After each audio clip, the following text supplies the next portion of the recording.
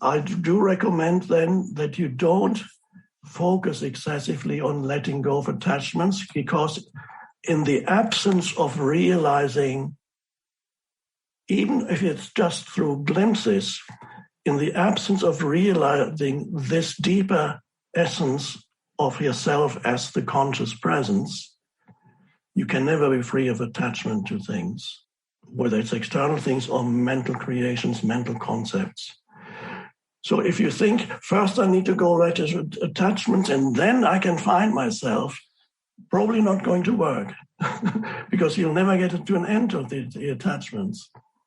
And the ways in which you attach yourself and what you attach yourself to becomes more and more subtle, but it's still there.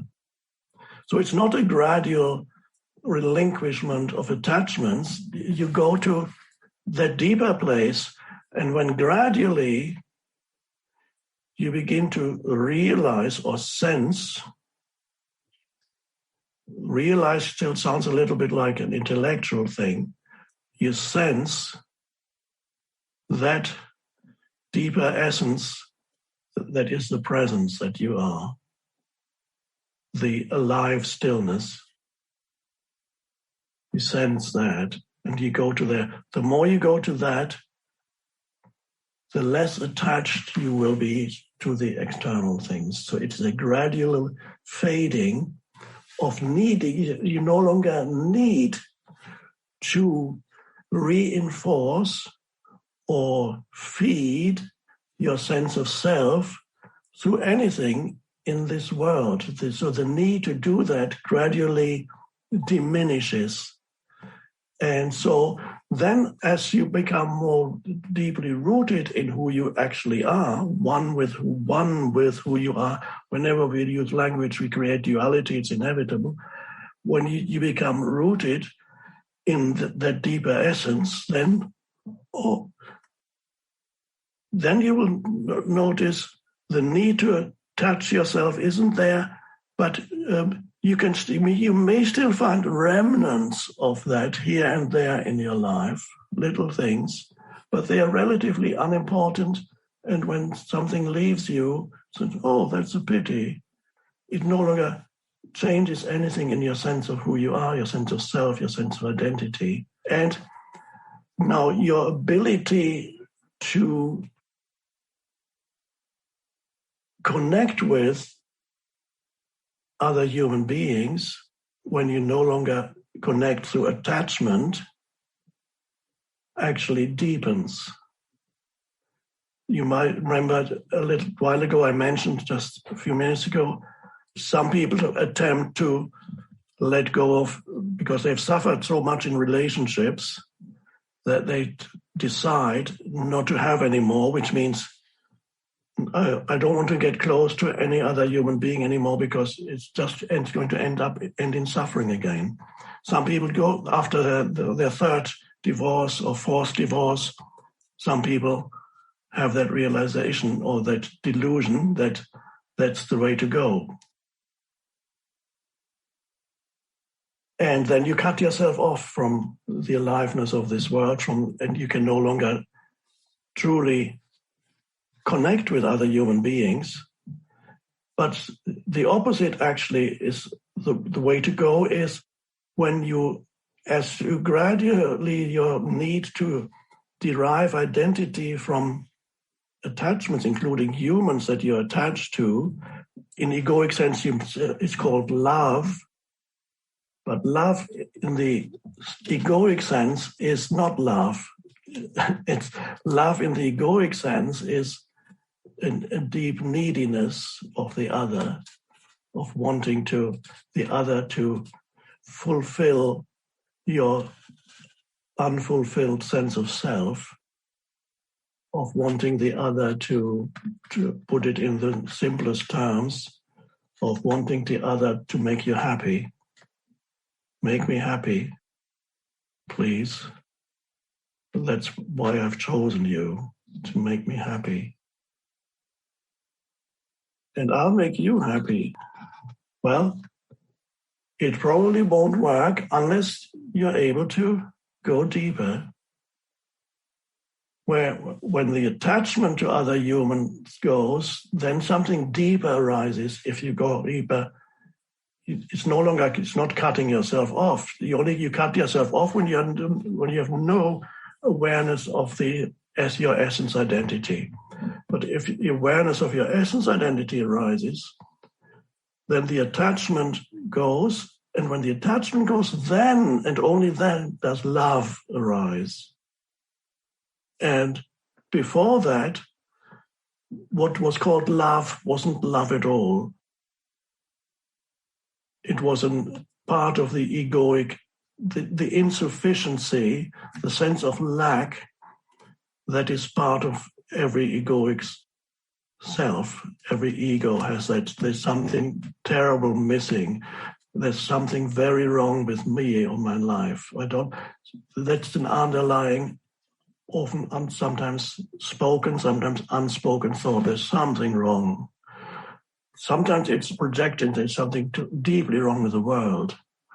So the entire sense of lack or insufficiency is projected outward. And then you go and you look at, it's the politics, it's capitalism, it's communism, it's socialist, whatever. Or you have some fantasy of what they are all doing. It's all being planned. I know exactly what they're doing. It's all out there. They're trying to do this. Who they are, I don't know exactly, but I know they're conspiracy theories. They're projecting outward. I'm not saying every conspiracy is wrong. Probably 1 in 20 may have some truth to it, but that's another story. So you can project the sense of lack or insufficiency outward, or you can have it to yourself. If you feel it deeply, there's something deeply wrong with me, then you will perhaps seek out therapists and go to all kinds of things to solve the dilemma, the conundrum of me. And of course, it can't be solved on that level. So if you continue to try to solve it on that level, you never solve it. It's either an internally sensed sense of insufficiency or an externally projected insufficiency, in which case you would say this world is everything is wrong with this world, everything. Not realizing that what you're experiencing as this world is inseparable from your and the collective consciousness of humanity. So this sense of insufficiency begins to disappear, this sense of lack, when you begin to realize this deeper essence of who you are, which sometimes I call the present moment. Sometimes I call awareness. Jesus called it the kingdom of heaven. Buddha called it, that various terms he sometimes used, emptiness, sunyata, which I translate as spacious awareness, emptiness. That is a dimension within. And the more you sense that, the less you need to attach yourself to anything. And the more you sense it, the more love, what is true love, shines through. And then this love, which we could also use other words to point to it. We could say, in the case of a so-called inanimate object, which is a erroneous term, I wouldn't perhaps call it love, I would call it appreciation. You appreciate the beingness of this flower. You appreciate, you sense the beingness that is beyond the sense perception. The sense perception is beautiful, but there's something beyond that is, you only see the surface phenomenon. When you see anything beautiful, there's a surface phenomenon. Beyond that, there's something deeper, and that deeper is inseparable from the depth dimension within you. So here we have an appreciation of simple things. And some people call that, I believe, one term you could use is gratitude. Another term you could use appreciation and gratitude are, to me, almost synonymous for our purposes. So there's a deep appreciation of this, and that is the love expresses itself or manifests as a deep appreciation even of the world of physical things. So a gratefulness you can be grateful for this beautiful thing here. You can be grateful for things you would never notice before. There's the sun coming around, you can't see it, but there's a reflection of the sun on the wall there. And you can look at that and you don't tell yourself, I'm so grateful. Well, you could as a helpful pointer, but you simply appreciate it, you give it your attention, and then you can sense the source of that attention that is inseparable from the source of who you are. So anything that you give attention to, you're aware of that, and you're aware of the source, without which that thing would not even be perceivable. There is an ancient scripture in India. It's one of the Upanishads. I don't remember the name of it. I'm not good at remembering scriptures, but this kind of stuck in my mind because it's so great. It goes something like this. Not that which the eye perceives, but that whereby the eye can perceive, know that to be Brahman, the ultimate. Not that which the ear hears, but that whereby the ear can hear, know that to be Brahman, the ultimate reality, and not what people here adore. I forgot to add that. Not that which your nose smells, but that whereby the nose is able to smell, know that to be Brahman, the ultimate, and not what people here adore. So it goes through the senses and says, not that which you perceive, but that which, whereby you can perceive, know that to be the divine, which means, in my terminology, that is the emanation of source, God. The emanation of God, the light of God is consciousness. God is transcendent to all phenomena, not beyond space and time. The light of God shines into this dimension, and you can know it as yourself because you are a ray of that, the one consciousness. So this Upanishad goes by over 2,000 years. Nobody knows exactly when, 2,500 years. It's deep inside, that alone, if you're ready for this realization, all you need to do is read those lines, and immediately you go, I got it. And if you're not ready for it, you say, what is he talking about? It's completely meaningless.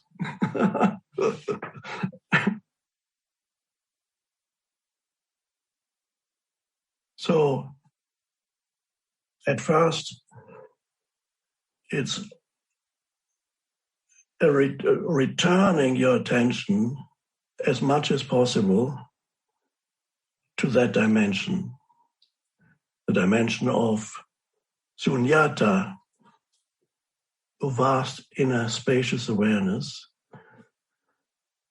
the kingdom of heaven, that which makes all thinking, all feeling, and all sense perception possible, without which there would be no feeling, no sense perception, no thinking. So it's not separate ultimately from feeling and sense perception and thinking. There's no duality. I compare it sometimes to the ocean and the surface of the ocean. So all thinking and feeling and sense perceptions happen on the surface of the ocean, although some feelings go a little bit beyond the surface, but not too deep. And then you have the vastness of the ocean, the depths of the totality of the ocean. The surface of the ocean is waves and ripples, thoughts, feelings, the entire sense of identity. Form identity is derived from what happens on the surface of the ocean. That's your form identity as a ripple. You are a ripple effect of the ocean. Or as somebody once said, you are something that the universe is doing in the same way that a wave or ripple is something that the ocean is doing.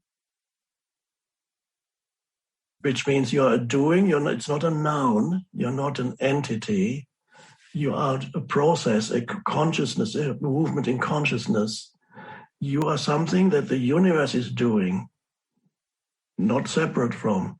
In the same way that the wave or the ripple on the surface of the ocean is something that the ocean is doing. So ultimately there is no ripple. You can say, well, sometimes you can watch the surf coming in certain places at the seashore, and you can see in some ways the huge waves come, then they break.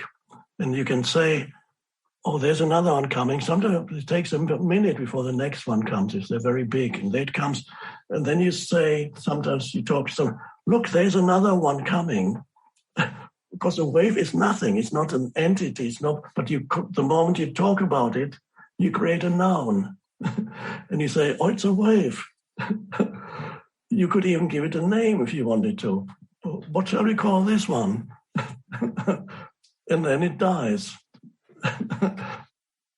So the consciousness in you, the consciousness that is you, remember when we talk about it, we create duality. You just have to allow for that.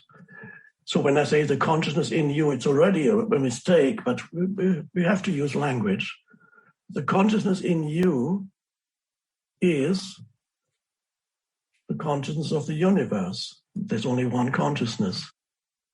So you are, in you, the universe is actually, there is an evolutionary process in this dimension, not in the transcendent dimension. But in this dimension, there is an evolutionary process. And in you, and as you, the universe is becoming more conscious. And that manifests as the gradual increase in complexity that you find when you look at the life on even our planet. We know a little bit about, going back millions of years, through geology and so on, we have made certain discoveries about the evolution of life on our planet. And we know that there was gradually an intensification of the complexity of life forms grew more and more. The more and more complex life forms developed, even though already, I believe, 5 times the universe suffered unimaginable catastrophe, extinction events. The universe already suffered 5, I believe it's 5, extinction events when 70%, in one or two cases, 80% of all life forms became eradicated. Incredible. Now, 5 times. And that, if there had been an external observer, he would have said, oh my God, this. And of course it was, on this level, it was terrible. But then life regenerated. It didn't take long, only a few million years. And then life regenerated. And as it regenerated, the life forms that then arose were more complex than in the previous, one could say, the previous incarnation of life on the planet. In that sense, the planet has already had several incarnations of life forms and death, and then a rebirth, and then a death and a rebirth. I'm not saying we should not do all we can to love and appreciate and protect this planet, and we shouldn't say, oh, it doesn't matter if there's another extinction. it is our job here to live conscious participants in the totality